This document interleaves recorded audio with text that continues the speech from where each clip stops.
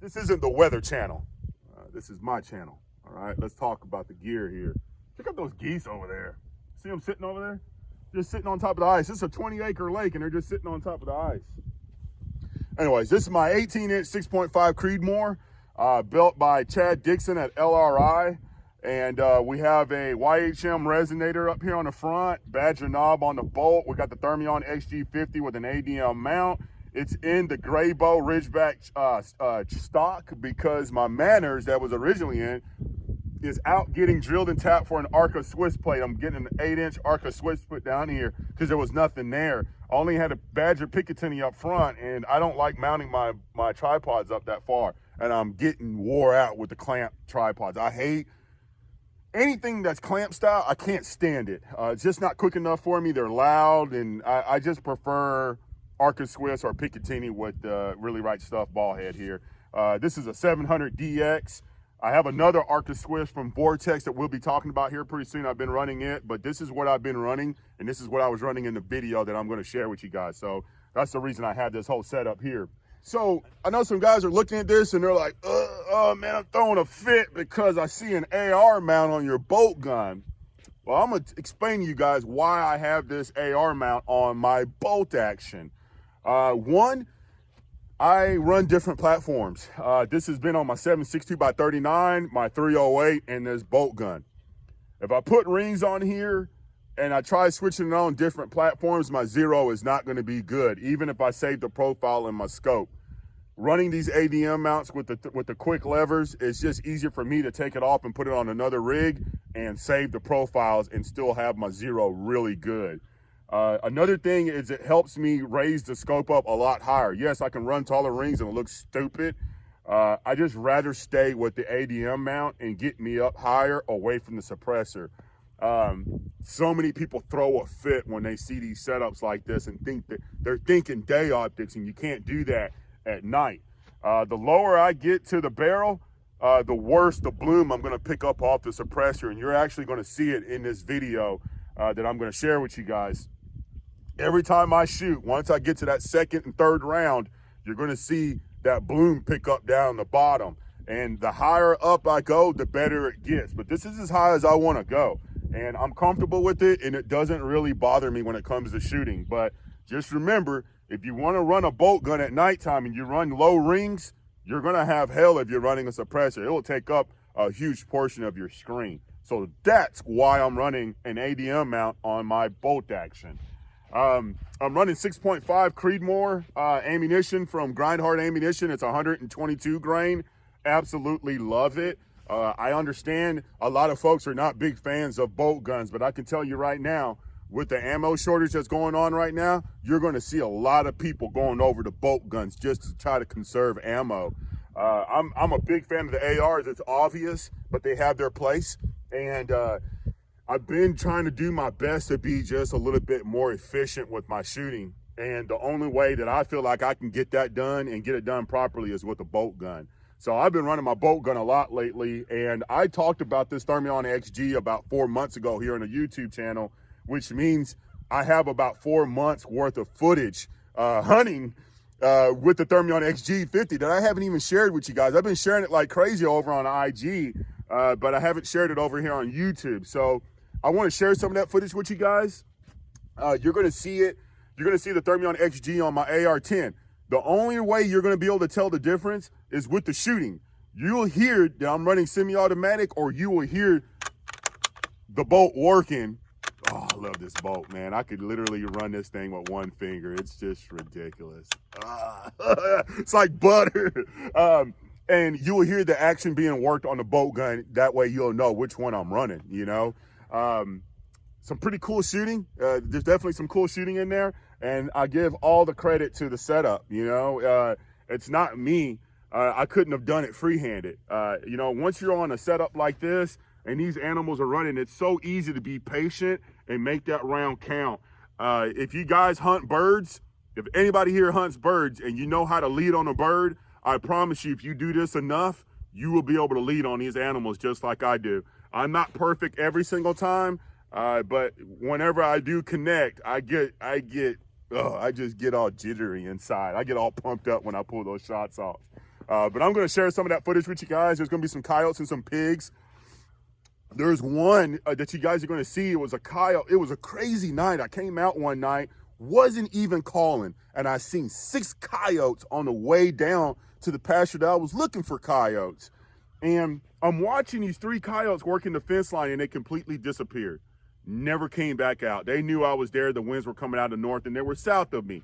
Well, I end up turning around to go back, and this coyote's working his way right to me. But he had to cross a ditch. I've done this to myself numerous times, and I'm just giving you guys a heads up now. If you have a thermal setup or even a day optic on your rifle and you drop it, you better double check your zero next time you go back out. I don't care how good your mount is. I don't care how much you spend on your scope.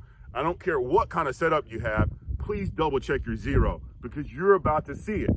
I was set up on this coyote, ready to take this shot. I want to say it was like 110 yards, and I missed. You can see the reticle clear as day was on this coyote, and I missed. And immediately, I knew my zero was screwed up because the day before I dropped the rifle. So now this coyote goes running down this ditch, comes up, he starts running, and I'm tracking him, and I just led a little bit further. I knew the bullet hit to the left, so I'm just tracking him a little bit further out to the right, pulled the trigger and nailed him. Finished him off with a follow-up shot as well and put him down. Accidents happen when it comes to dropping your rifles, and all I'm saying is just double check your zero whenever you drop it.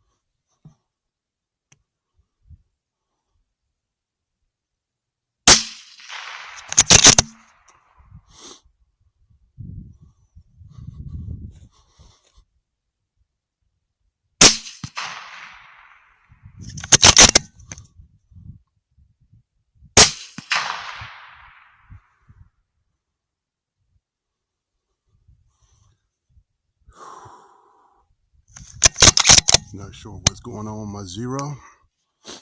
I did drop this rifle today and did not think it would be bad, but that is 2 misses tonight on some pretty easy shots. Nice follow-up.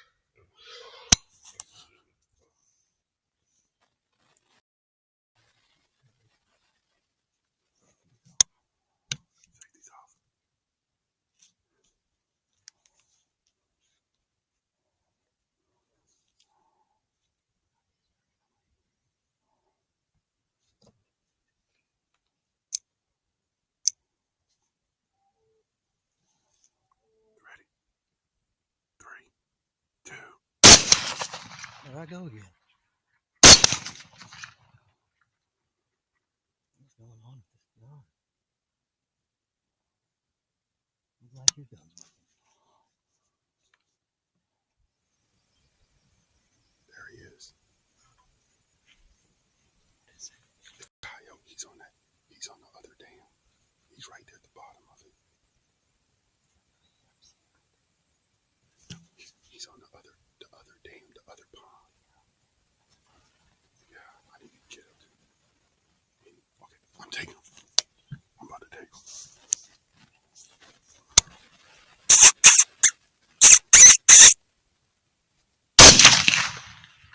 That rifle's on, dude. Yeah, you got him. He just pissed himself up.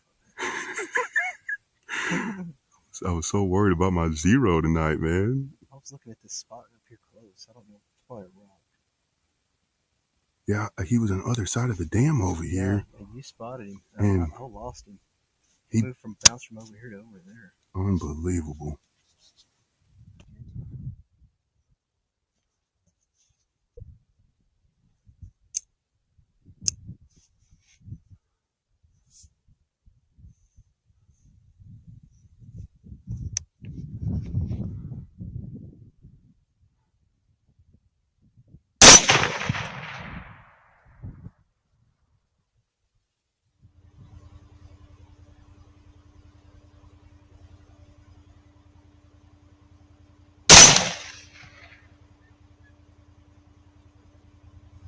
If you guys like what you see, please hit the like button, get those subs going, get the notifications going. And I don't care where you live at right now, guys. If you're being affected by this weather, please take care of yourself and good luck out there. I'll see you guys in the next video.